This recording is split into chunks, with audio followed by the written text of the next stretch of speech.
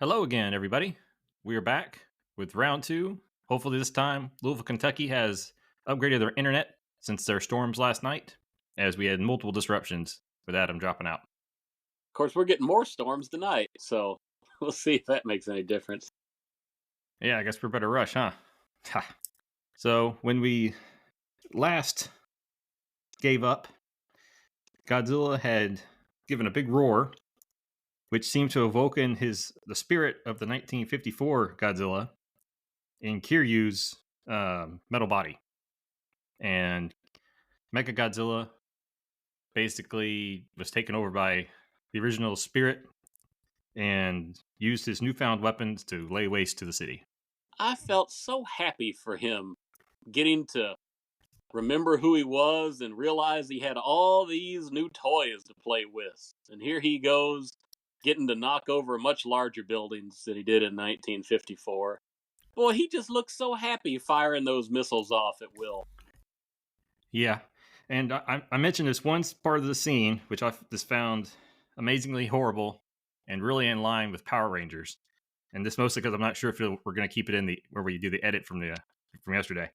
But there was a scene where Mechagodzilla walked through a building and literally walked through the building, and the building did not crash. It was a la Rampage. Yeah, and what was funny is just immediately in the movie, they cut to some of the actors. I don't know if it was the Prime Minister or the former Prime Minister.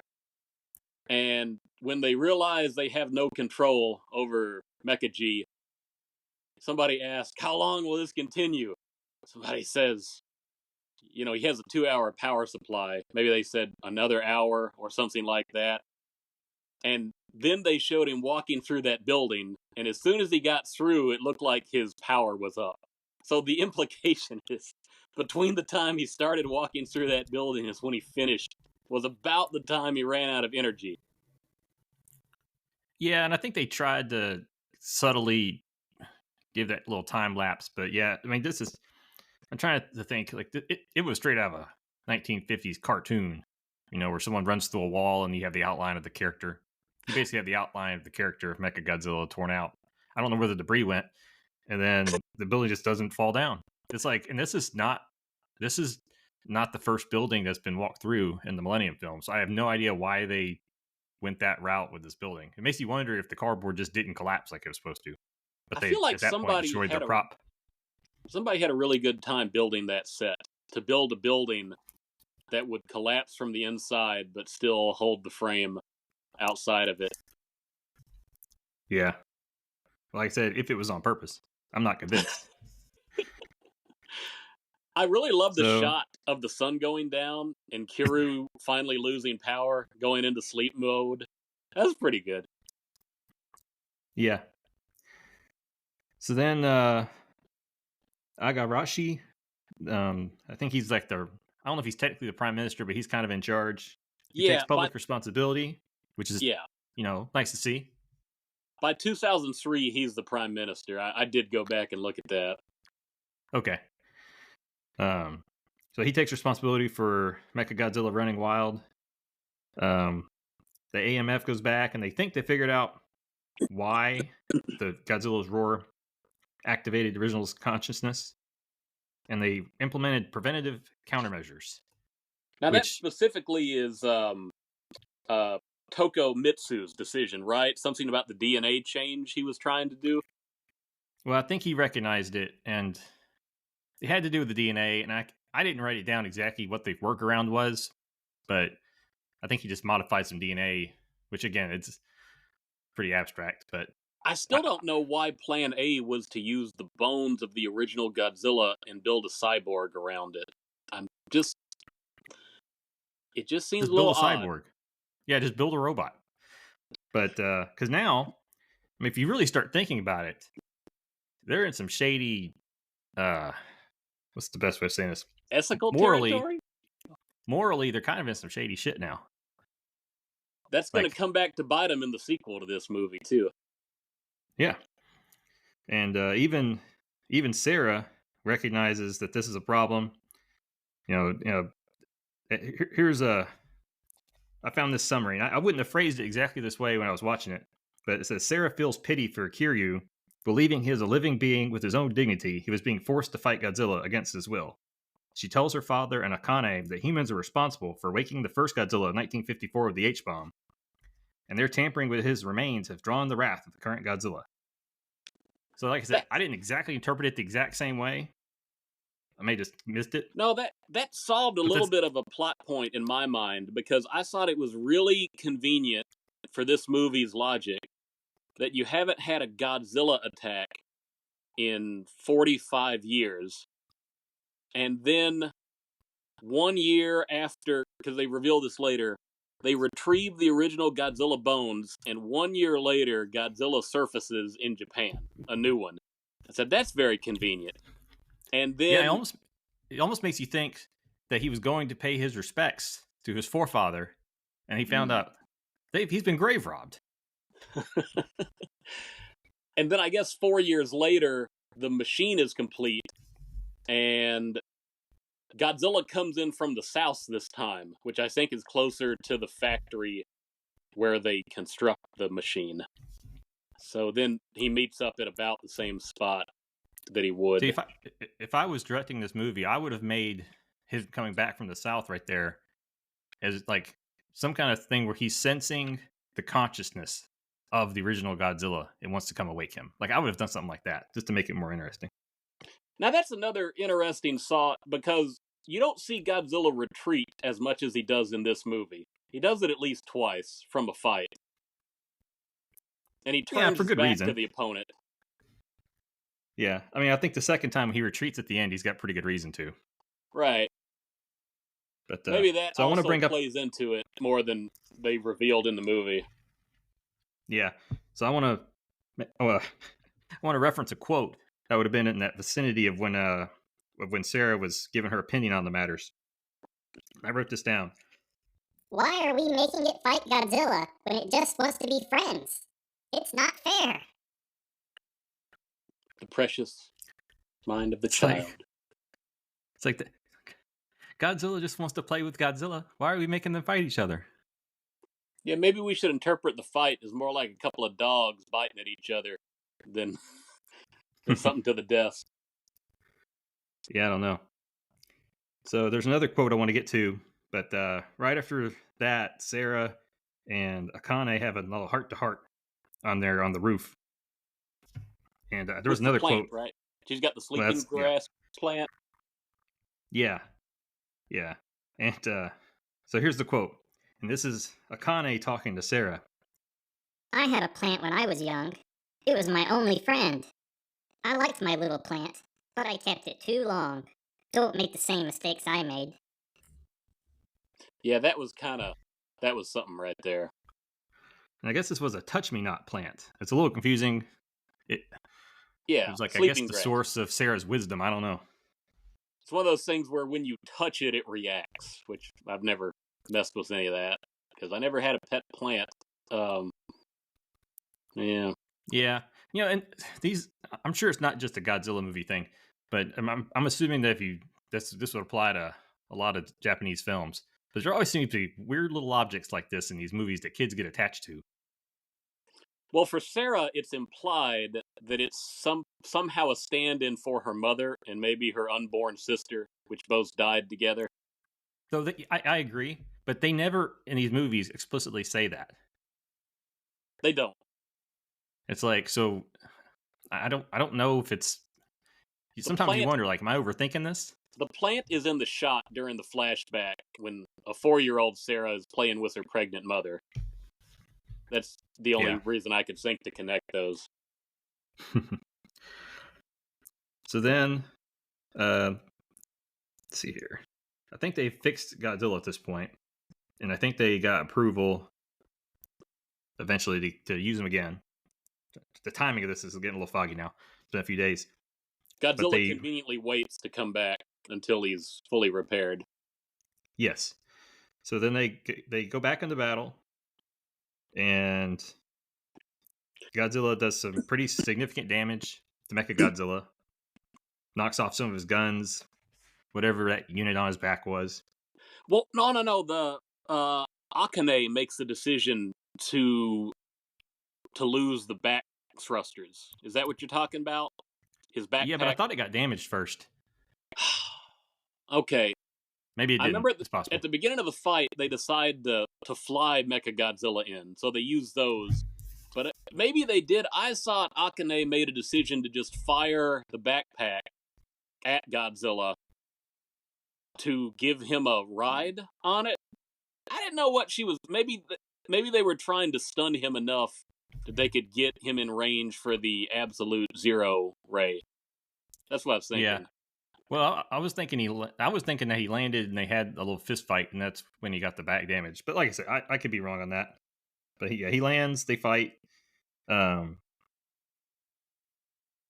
some point, he's starting to run low on his energy. Mm-hmm. Apparently, that 2 hours went quick. Oh yeah. And they say, "Hey, you got to use the what do we call it? The absolute zero cannon." Mm-hmm. But old sneaky Godzilla, as soon as that weapon charges, uses his breath to knock Mechagodzilla backward, and the weapon misfires, and they take out a small portion of the neighborhood.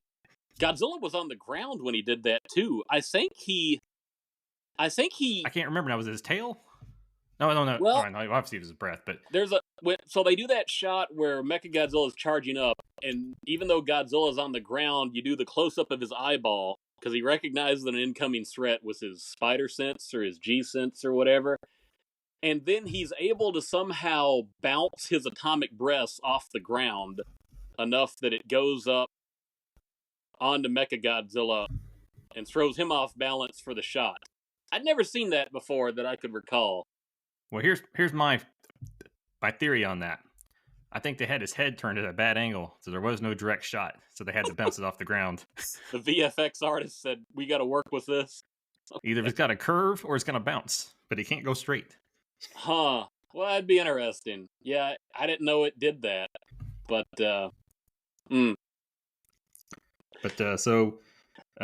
pretty much takes up the rest of the energy system. But Kira is also, or Mechagodzilla for consistency's sake, also is damaged. So they have to come up with a backup plan. And Akane volunteers to pilot him manually, which I don't think they had mentioned that existed prior to the spot. yeah, this is when it turns into Pacific Rim. But yeah, there was no discussion that I could see that we can either control him remotely with the white herons, or we can put somebody in there. Which, I mean, it makes sense. It's just the kind of thing you think they'd mention when they were building him. Yeah. Like one little line of dialogue is all that was needed. Yeah, it didn't happen. So, of course, Akane wants to volunteer for that. And she's got to go through a series of trapdoors and, what do we call them? Corridors in Mecha G to get to the center. Do we know if she's in the head? Was that made clear? I can't recall. For some reason, I got like a shoulder in my mind, but that it would make more not sense based on any fact. It would make more sense structurally to be near the top of the torso. That would probably be the most protected area, I would think. Huh. So then they get their local power company to compile some power, and they give him a little power boost. Through the microwave tech again, right? They microwave him? Was that a line of dialogue? Yes. The Japanese, they do not use gamma radiation. They use microwaves. Yeah, why not? They're about 50 years behind, aren't they? So at some point, Akane has a heart-to-heart conversation with the spirit of Kiru. Again, there wasn't really a lot of precedent for that. I was wondering how she communicated with him. Well, it would also make more sense had they not modified his whatever DNA, where right? he couldn't take over again. Yeah. Like if he was just being wild, like if the fix didn't work, so to speak. Right. But then she had a heart to heart, and he allowed her to take control. The controls still wouldn't make any sense because she's a person trying to kill Godzilla. But yeah, I didn't think that made a lot of sense. They're fishing. So I think with the Millennium series, as this plays out in the last two movies, it feels like its great contribution to the franchise is that it turns Godzilla from something other than a science fiction creature into something spiritual. There's a spiritual lore to this thing. that people don't really understand, but it's now part of the franchise because of the previous movie and this movie and probably the next movie. No, I think I agree. I think they're helped by the fact that they keep rebooting it every single movie.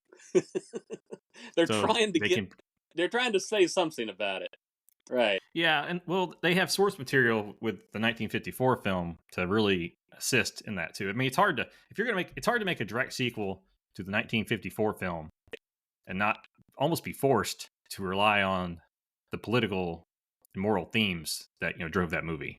Mm-hmm. Mm-hmm. But I think that, and just I don't know. I think whatever common Japanese spirituality looks like I would be interested in knowing too, like how similar is that to these weird themes that we get in the movies? Like how much do they take like the general Japanese spirituality on a day to day basis for the common people, so to speak? Like how much do they twist and turn that for these little themes in the movie? Like the mother and the plant kind of thing. Like that's Yeah. got to be based on some kind of belief. Obviously not the same thing, Well, but a lot something. of the parallels that come up is the ancestor connection or the link to the past, those souls that have gone on before. They're doing that with Godzilla. They're doing that a little bit with Sarah and her mom. They did it in the last movie with the dead soldiers of the Pacific conflict. Yeah, I mean they do it quite a bit. Basically, we did really bad things in the past, and we are ignoring that, and we need to be reminded. Like some tweak of that seems to be a very basic Millennium thought. Which I mean, they do have a lot of the same filmmakers working on these things. I think this was, if I'm not mistaken, the same director, or at least either the director or the writer is the Megaguirus movie. Yeah. Okay. Maybe so. Yeah. All right. So Akane So she has a heart to heart with Kiru, and now they get back up. And I gotta say, Mecha G distinguishes himself in battle after the HP refill a lot better than Ghidorah did in the last movie. After he got the HP refill from the stone tablet. Yeah. No, he did well for himself. Under her, I mean, she was driving the ship, so to speak. But so then she gets an assist from Hayama. I think I'm saying that right. Yeah, he flies the big ship right at Godzilla's mouth, right? Is that what he was wait, aiming for? Yeah. Well, I forgot to mention them. So Godzilla actually very quickly knocks him, Mechagodzilla, down with his breath. She actually is knocked out temporarily, but has a visual hallucination regarding Sarah and Yahara, and wakes up. And then Hayama sees Godzilla about to fire his breath again, and that's when he flies in basically into Godzilla's mouth and claws He it, first ejects basically. his co-pilot. He just Yes. tells him to get out. Yeah.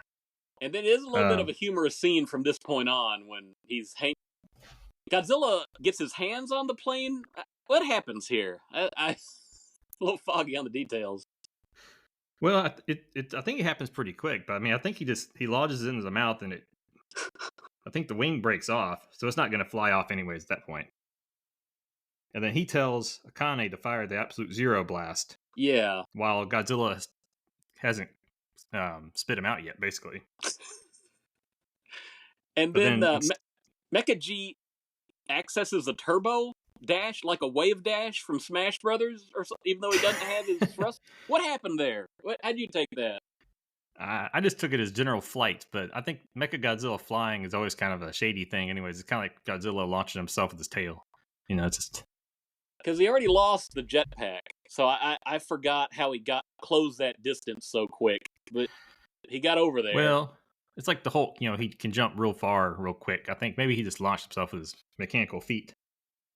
Yeah, probably a plot hole though. Yeah, so he launches, tears the heron out of Mechagodzilla's mouth so that Hayama can eject, and then he continues not flying, but flying with Godzilla over to the bay. They crash into the bay. It's implied that Akane activates the zero cannon, but it's underwater. Yeah, so he gets this big blast of water. which seems to freeze and shatter. I And then wonder why it Godzilla came up rises from like the that. water. The whole tower of ice. There was nothing inside of it. Was that just somehow the splash froze? Yeah, I don't think doing it underwater. If you want to take out Godzilla, that was not the thing to do. But I was wondering if that would make it more or less effective, because at what point does it stop freezing the water when it hits the water? Is there just little variables in how the sun is hitting the water of whether it well, I freezes mean, all the way or not? I'm not giving them credit to think about the physics of this All movie, right, but sure. water does disperse energy, so I Yeah, don't see how it would be helpful. And in the earlier when they've been using the blast, it takes out like a whole building pretty quickly. So I don't know why you would. 3 buildings, right? Or, Yeah, and it yeah, wasn't like, yeah. and he comes up, and he's got a big hole in his chest, but he's not like his whole body, exploded. You know he got to be cold. Yes, yes. Has it ever been established if Godzilla is cold-blooded or warm-blooded? I assume he's cold-blooded, but I don't know if it's ever been on record officially. Yeah, I don't know. Not sure. Yeah. I bought a Godzilla encyclopedia off a Japanese auction site recently. When it gets in, I'll try to see if I can find anything about it. But translation will be an issue. The language I say, barrier. is it going to be English or It's Japanese? all Japanese. No, I was like, I think you can probably get some cool pictures though. oh yeah, very nice. So yeah, Godzilla is done with this fight, and it's a good saying for Mecha G and Akane, because Mecha G has nothing left at this point. Like, I don't know how much energy reserves they've got after firing that shot, but they're missing an arm. Mecha G is. Yeah. Well, I'm just glad that they didn't repeat what they had just done a few movies ago and try to have him use his blast and it come out of his chest because he had a hole in himself. Yeah. They like reusing the same plot devices, so it's like Yeah. I'm glad they didn't do that. But yeah, the obvious thing is, Mecha's missing an arm, like barely holding stuff together. It was just taking one blast. Or even like a punch. I don't even think. Because, Akane decides to get out of the machine and has a great shot of her posing on the shoulder, looking off into the sunset. Yeah. Godzilla But is slowly walking away. maybe this is proof that Sarah was right, though. As Yeah? she says, why are we making it fight Godzilla when it just wants to be friends? It's not fair. I mean, Godzilla's slumping off like he, like his friend on the playground punched him in the face. Yeah? You're probably right. Like, The credits are rolling. I love that final shot. That is terrific. it is a good shot. All it needs is a little vocal overlay. The unknown future rolls toward us. We face it for the first time with a sense of hope. If a machine, the Mechagodzilla, can learn the value of life, maybe there's hope for all of us. Except for the fact that he understood he was alive and they immediately locked up his consciousness again. Well, that's the government for you. Yeah.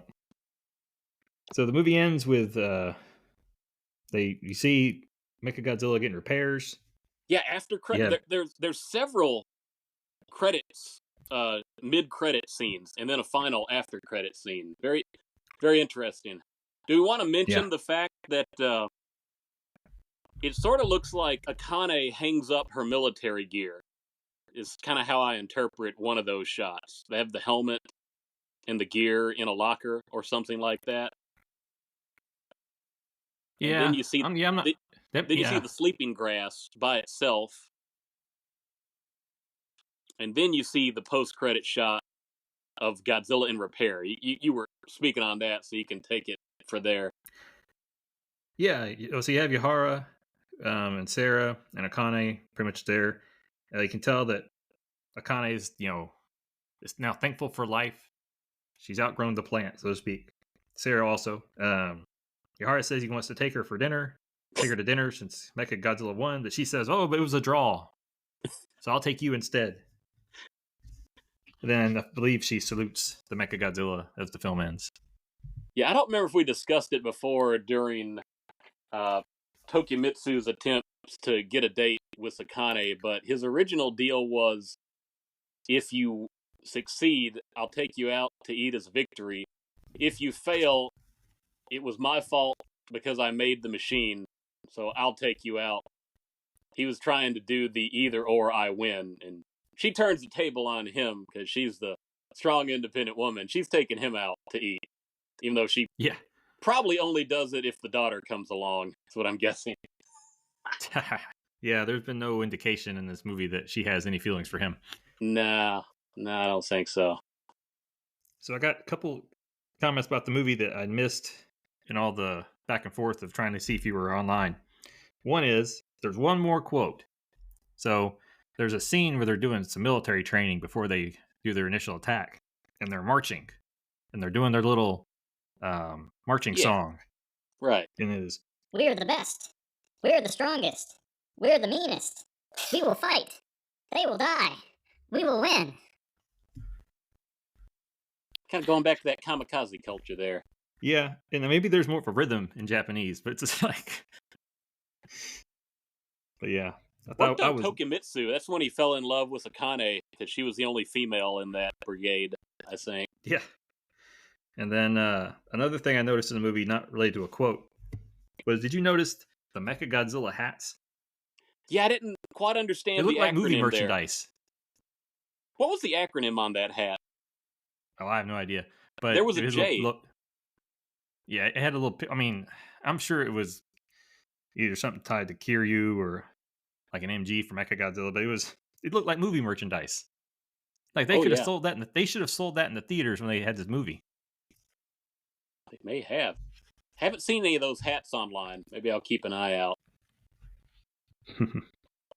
Now, we didn't say anything about Hideki Matsui's cameo in this movie, did we? I don't remember. He was from your era. You were watching baseball back in those years, weren't you? Maybe not Yankees baseball. That's what I remember him playing for. So I knew who he was. But I generally only watch the baseball in the playoffs. It's just too many games in the Well, me season. too. There's too many Fair other enough. sports that I like. Yeah. But no, I have an interesting stat on that. So yeah, Japanese player Hideki Matsui made the cameo, and then which is his nickname was Godzilla for people who don't know. And then 6 days after the movie was released, he got signed to the Yankees. Oh, so that was after this then. Okay. I thought he was Yeah. already in the majors by that point. Now this is like finding a Taylor Swift demo tape from pre, her first album getting released. This is he was not famous yet outside of Japan. But by the time this movie would have come to America on DVD, he would have been in the majors. That's probably why I was Absolutely. getting confused. Yeah. Yeah. So Let's I see always here, thought people called him that because he was the lone Japanese player people recognized in the Major League Baseball. And they said, well, he's Godzilla, he's huge. But no, he was already called that in the Japanese Baseball League. Is that Well, how that works? that's actually, I didn't think about that. I'm not 100% sure anymore. You've made me question that. I'm not sure. Maybe he was already known by that for his power hitting. I would imagine that he was already known by that because 2002 was a different year, but I don't think in 2023 or 24 that you could get away with that. Oh, sure. Americans Sure giving the token Japanese player the nickname Godzilla. Like I think we were still I don't playing think there's Ready to anything Rumble necessarily wrong boxing, with that man. because I like Godzilla Yeah. movies, but I think if he got that nickname from people who thought the Godzilla movies were stupid or didn't appreciate them, like I don't know, there's connotations that could be read into that. Oh, sure. So, again, I didn't really realize this, but this whole continuity introduced in this movie of it's kind of called the Kiryu series or the Kiryu universe. Yeah. And again, it's ironic because all these movies had already been released with completely different stories and they're just taking clips. But Mm-hmm. there's a tie-in book, Fantastic Collection, Godzilla Tokyo SOS. And it Ooh. lays out a timeline of all the monster attacks that's in this series continuity. And here's a list of some of the monsters. Rodan, Meganulan, Varan, Mothra, Maguma, Manda, Dagora, Frankenstein, Baragon, the Giant Octopus, Sanda, Gyra, King Kong, Gorosaurus, the Giant Sea Serpent, and a couple of monsters from this movie called Space Amoeba, Gazora and Ganamis. I'm not sure if I'm saying that right. That sounds like the entirety of the Showa era, except for Ghidorah, Mechagodzilla, Gigan, all the space part. And once you have the aliens and Mechagodzilla, everything but that's what it sounds like. Yeah, well, here's a quirky little thing, though. So, King Kong, Gorosaurus, and the giant sea serpent were in what movie, Adam? Well, are we talking about King Kong Escapes? Yes. Nope. Wait. Hold on a second. Well, am I thinking of that was King Kong Lives, Dino De Laurentiis? Okay, Toho did King Kong Escapes. Yeah. Yes, but Mechanicong is not in the timeline. What a rip. Man. So, how does that work? Of course, I mean, obviously they're retconning a bunch of stuff, but you know. What a rip, man.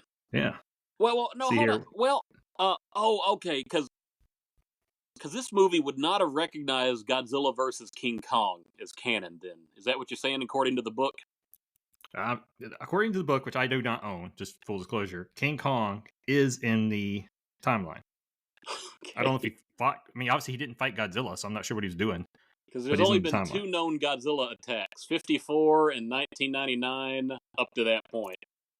And, yeah, I'm tempted to get this book. I'm just concerned it's going to be in Japanese and I'm not going to be able to read it. The timeline will be worth it, no doubt. Google's come a long way with translation, too. Well, agreed. But anyways, yeah. It's like there's a whole universe they've made, but they didn't actually make it. They're just using still photos from old movies. I feel like that's the sort of timeline you send to whatever comic book publisher you have a contract with and say, use this to fill in the rest of the gaps. All right, here's one more little Easter egg, not related to that. So, Masato Tanaka, Toshiyuki Nagashima, and Shisuke Tanahara, all of whom were in Tezuka's previous film, the Megaguirus movie, they make cameos in this film.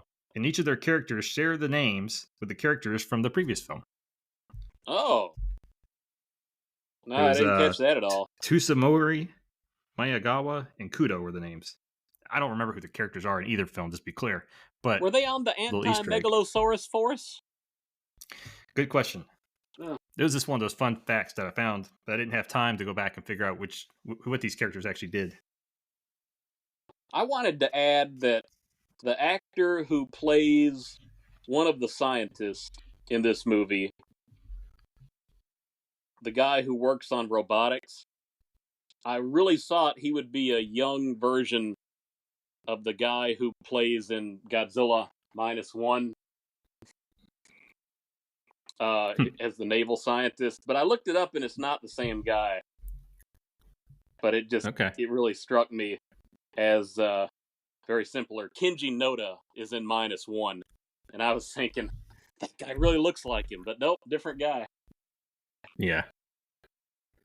Now, the more I think about this movie, my main takeaway, I think, is if Sarah is right, this is all really messed up what they're doing. It is indeed. You got 2 friendly dinosaurs just wanting to hang out. One's visiting the grave of his father. Then they steal the bones, make a robot, take over his personality, and make them fight to the death. And all they wanted to do was be friends. Yeah. They probably would have stomped Tokyo together. And as she said in the movie, why are they making a Mechagodzilla? Why can't they bring back my mom? You probably don't want that, considering what they did to the spirit of Godzilla. Well, working on the assumption that she'd be, a 6 foot tall robot. But, I agree. But it's from the kid's perspective. Yeah. No, it was a big point that her father made when talking to Akane, that when the doctor said his wife was going to die in childbirth, he wanted to save his wife's life, but his wife wanted the baby to live if there was any chance, even if she would die. But Sarah, the daughter, wanted both of them to live, and she couldn't accept any alternative. So she truly wants the best of any situation, and now she's looking at the Godzilla situation the same way. Yeah. Well, Adam, dinner is calling me. That's a SOS yelling in the background. Right there. So we need to wrap this episode up. Next week we will do Tokyo SOS, I believe. That is the part 2 film, right? Yeah, if you really want to get in depth, you should rewatch the original Masra movie too. You get the we'll real see. story. Let's see if the colds and my allergies stay away long enough. I'm actually going to Okay. be out of town this weekend for part of it, too. Works for me, though. Any closing thoughts on the film, Adam? It was Pacific Rim before we had Pacific Rim. And I've yet to see the Pacific Rim sequel, but there you go. I've yet to see Pacific Rim. Oh, it's something of a cult classic. All right. Well, thanks, everybody, and we'll see you next week. Bye-bye.